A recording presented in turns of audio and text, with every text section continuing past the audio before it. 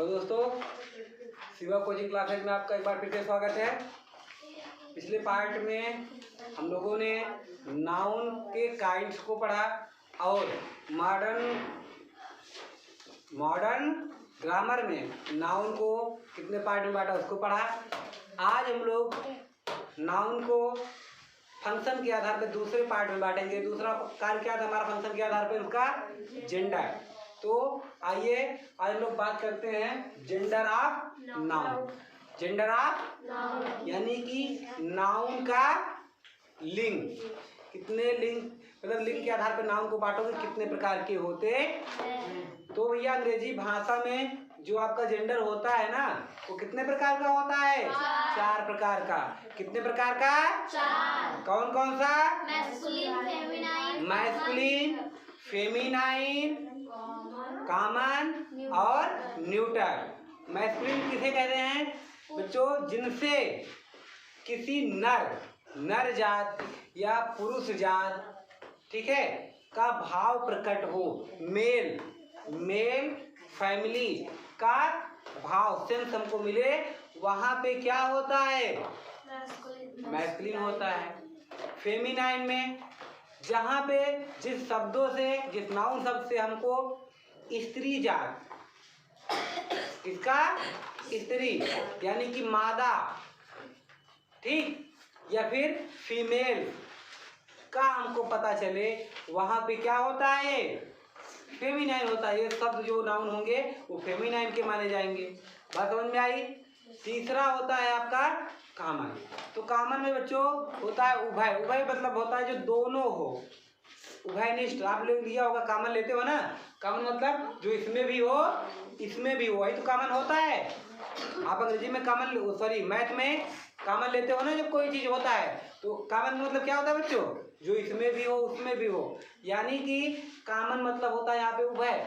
तो जो उभय से यहाँ पे मतलब है जो स्त्री का भी भाव प्रकट हो जहाँ से, जिस शब्द से, और पुरुष का भी भाव प्रकट हो, वो शब्द क्या कहलाएंगे? वो नाउन कॉमन नाउन कहलाएंगे। जैसे अभी आपको एग्जाम्पल दिया जा रहा है, मान लो कोई डॉक्टर है, तो डॉक्टर लेडीज भी होती हैं और जेंट्स भी होते हैं। तो वहाँ पे ये क्या है? कॉमन। डॉक्टर जो है हमारा नाउन एक प्रकार का कॉमन है। टीचर है, स्टूडेंट है, या कोई भी प्रोफेशन होता है आपका, तो नॉर्मली कैसे होते हैं? कॉमन जेंडर के थ्रू आते हैं। ओके। नेक्स्ट है बच्चों न्यूटर जेंडर। न्यूटर से मतलब बच्चों जहाँ पे निर्जीव का भाव प्रकट हो, किसी के मतलब कोई जेंडर सेक्स का पता नहीं चले, मेल है फीमेल है या फिर मैस्कुलिन फेमिनाइन, क्या कुछ पता नहीं चले, तो वहाँ पे क्या होता है? न्यूटर होता है। जैसे कोई भी वस्तु होती है जिसमें जान ना हो, वो क्या किसमें आएंगे? आपके न्यूटर में ही आएंगे। तो आइए एक बार फिर से पढ़ते हैं इसको। मैस्कुलिन जेंडर वे नाउन जिसके द्वारा पुरुष जाति का भाव प्रकट हो, उन्हें मैस्कुलिन जेंडर कहते हैं। जैसे किसी भी नाम को ले लो, बॉय भी, एक बॉय की बात कर रहा है, बॉय फैमिली हो गया, राम, श्याम, शिवा, ठीक। ये भी किसी का नाम जो जिससे हमको ये पता चले कि ये क्या है? पुरुषवाचक है, ठीक है, मेल है या फिर मैस्कुलिन है। बात समझ में आई? फेमिनाइन में वे नाउन जिनके द्वारा हमें किसका भाव प्रकट चले? स्त्री जात का भाव प्रकट हो, वहां पे क्या होता है? फेमिनाइन होता है। तो एग्जाम्पल में देखेंगे, कोई गर्ल, फेमिनाइन पहले बता रहा, गर्ल है, लड़की है। वोमेन, सीता, सोहनी, रोहिणी, रागनी, या फिर जो भी नाम हो, लड़की का नाम होना चाहिए जिससे पता चले हमको किसका? स्त्री जात का। वहां पे फेमिनाइन। बात करते हैं कॉमन की, ठीक है। कॉमन में ऐसे शब्द हमने बताया जिनसे स्त्री और पुरुष दोनों के भाव प्रकट हो जाएं, वो क्या होंगे? जैसे डॉक्टर, टीचर, स्टूडेंट्स, ईटीसी। आप लिखते चले जाओ। आगे देखते हैं न्यूटर जेंडर। वे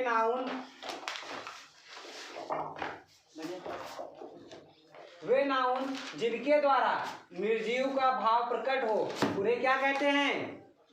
न्यूटर जेंडर कहते हैं। यानी कि इनको उसमें जान ही का पता न चले। जैसे आपका मोबाइल, इसमें जान है, ये मार्कर, इसमें जान है, ये पेन इसमें जान है, ये सब किसके आएंगे? Through neuter gender. बात समझ में आई?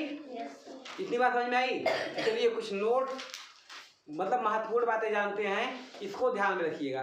ध्यान रखने बाद ये है जो अभी हम यहाँ नोट में पढ़ने जा रहे हैं। सभी छोटे छोटे जीव जंतु, जो छोटे छोटे जीव जंतु होंगे, कीड़े मकोड़े होंगे या फिर छोटे छोटे जो बच्चे होते हैं, वो सब किसके थ्रू आएंगे? न्यूटर जेंडर के थ्रू आएंगे। बात समझ में आई? जैसे कोई छोटा बच्चा है उसको आप बेबी बोलोगे, बेबी बोलोगे, वो चाहे छोटा बच्चा हो या बच्ची हो, वहाँ पे आदमी ये नहीं देखता है अरे बहुत क्यूट बेबी है, बहुत क्यूट चाइल्ड है, छोटा बच्चा है, तो उसको वहाँ पे हम किसकी श्रेणी में रखते हैं? न्यूटर की श्रेणी में रखते हैं। बात समझ में आई? जैसे फ्रॉग, मेढक छोटा है, छोटा जीव जंतु है ना, उसको न्यूटर में रखोगे। एंट चींटी, बी मधुमक्खी, ठीक है, चाइल्ड बेबी, ये सब किस में आएंगे? न्यूटन में आएंगे। बात समझ में आई? नेक्स्ट है जलयान, वायुयान, या फिर गाड़ियों, देशों, आज के नाम किसमें लिखे जाते हैं? हमेशा किसमें माने जाते हैं? फेमिनाइन जेंडर में। जैसे मैंने लिखा है इंडियन एयरलाइंस। इंडियन एयरलाइंस मतलब क्या है? ये जो जहाज उड़ती है हमारे यहाँ, वायुयान जो इंडिया की है, वो क्या है? इंडियन एयरलाइंस के नाम से उड़ती है। बात समझ में आई? ये एक जहाज का नाम है इंडियन एयरलाइंस। राजधानी एक्सप्रेस, एक कोई ट्रेन है राजधानी एक्सप्रेस होती है ना, उसका नाम है। इंडिया किसी कंट्री का नाम है। ये सब क्या माने जाएंगे? फेमिनाइन। बात समझ में आई? अगला वे नाउन जो आकार में छोटे होते हैं, फेमिनाइन, जो आकार में बहुत बड़े होते हैं, मैस्कुलिन माने जाते हैं। जैसे माउंटेन, माउंटेन मतलब पर्वत होता है, पर्वत बड़ा होता है तो ये क्या माना जाएगा? मैस्कुलिन। ठीक है। हिल छोटी होती है, ये पहाड़ी छोटी होती है, कहीं पहाड़ है, पहाड़ी है, बात समझ में आई? वो फेमिनाइन। वाटर, वाटर भाई छोटा होता है, बहुत विशाल है, वाटर का फॉर्म बहुत विशाल है, लेकिन आइस उतना होता है नहीं होता है, बस नहीं होता है ना उतना फॉर्म, तो ये छोटा फॉर्म है, तो वाटर क्या हो जाएगा? Ice feminine. अर्थ छोटी सी अर्थ है, बहुत बड़ी अर्थ है। अब भाई अर्थ का कोई पार्ट हो, आइसलैंड, आइसलैंड मतलब क्या होता है? छोटा सा एक टुकड़ा होता है जो चारों तरफ से जल से घिरा होता है, वो तो छोटा ही होता है ना, उसे हम क्या मानेंगे? फेमिनाइन। बात समझ में आई? ऐसे और भी जो आकार में बहुत बड़े हों, जो बहुत छोटे हों, उनको मैस्कुलिन और फेमिनाइन के थ्रू जाने। अगला देखेंगे जो कोमलता का भाव प्रकट करे। किससे? कोमलता का भाव, जिन शब्दों से हमको कोमलता का भाव प्रकट चले वो क्या कहलाएंगे? फेमिनाइन। जिससे कठोरता का भाव पता चले वो क्या कहलाएंगे? मैस्कुलिन। जैसे देखते हैं समर, समर क्या होता है? गर्मी, गर्मी क्या है? कठोरता का प्रतीक है, या फिर गर्मी लगती है तो अच्छा लगता है, बहुत ठंडी लगती है तो अच्छा लगता है आपको? नहीं, अच्छा नहीं लगेगा। कितनी ज़्यादा ठंडी हो जाए, कड़ाके की ठंड है ना, तो अच्छा नहीं लगेगा। विंटर, समर, ठीक है। डेथ, डेथ क्या है? नाम ही सुना है भाई, डेथ अच्छा लग रहा है, कड़क है, कठोरता का भाव प्रकट हो रहा है इसमें। अब वैसे भी कोई चीज, जैसे फ्लावर है, फ्लावर कोमल होता है, कोमल होता है, तो किसका जाएगा? फेमिनाइन में। कांटे कठोरता के प्रतीक होते हैं, तो किसमें जाएंगे? मैस्कुलिन में। बात समझ में आई? ऐसे भी जितनी भी चीजें कोमलता की चीजें होंगी वो किसमें जाएंगी?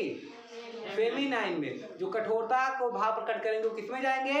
मैस्कुलिन में जाएंगे। जैसे फेमिनाइन में लाइफ, लाइफ जीवन क्या है भाई? जीवन खुशी की बात है, सहजता की बात है, कोमलता की बात है। स्प्रिंग, स्प्रिंग का मौसम सभी को सुहावना लगता है, एक मौसम है स्प्रिंग, ठीक है ना। तो अभी ऑटम की बात करें तो पतझड़, पतझड़ अच्छी बात नहीं है। बात समझ में आई? पतझड़ किसमें चला जाएगा? मैस्कुलिन में। कठोरता का प्रतीक है वो। भाई किसी के मुंडा कर दो, पत्ती गिर जाए, पूरा ठूठा हो जाए, अच्छा दिखेगा। जो ऐसे ही जो चीजें सुंदर दिखती हैं, सुंदरता भरी होती हैं, वो भी किसका प्रतीक होती हैं? फेमिनाइन। वो भी फेमिनाइन को डिपेंड करती है, रिप्रेजेंट करती हैं। और जो ग्रुप में होती हैं वो या फिर थोड़ा अभद्र होती हैं, भद्दी होती हैं, वो भी किसमें जाती हैं? मैस्कुलिन में। सुंदर, कोमल, ठीक है, ये सब किसमें जाएंगी? छोटी फेमिनाइन, बड़ा आकार में बड़ा हो या फिर थोड़ा कठोरता का भाव दिखाए या फिर भाई थोड़ा क्रूप हो, कठोर हो थोड़ा क्रूप हो भी करता है। जो मुलायम होता है उससे अच्छे सांचे में आप ढाल सकते हो। बात समझ में आई? जो कठोर होगा उसको अच्छे सांचे में ढाल सकते हो, नहीं डलाएगा, इधर उधर रह जाता है वो, तो वो किसका प्रतीक हो जाएंगे? कठोरता का, मतलब मैस्कुलिन। मुलायम कोई चीज, कोमलता का, सुंदरता का, ये सब किसमें चले जाएंगे? बात समझ में आई? ठीक है, नोट कीजिए।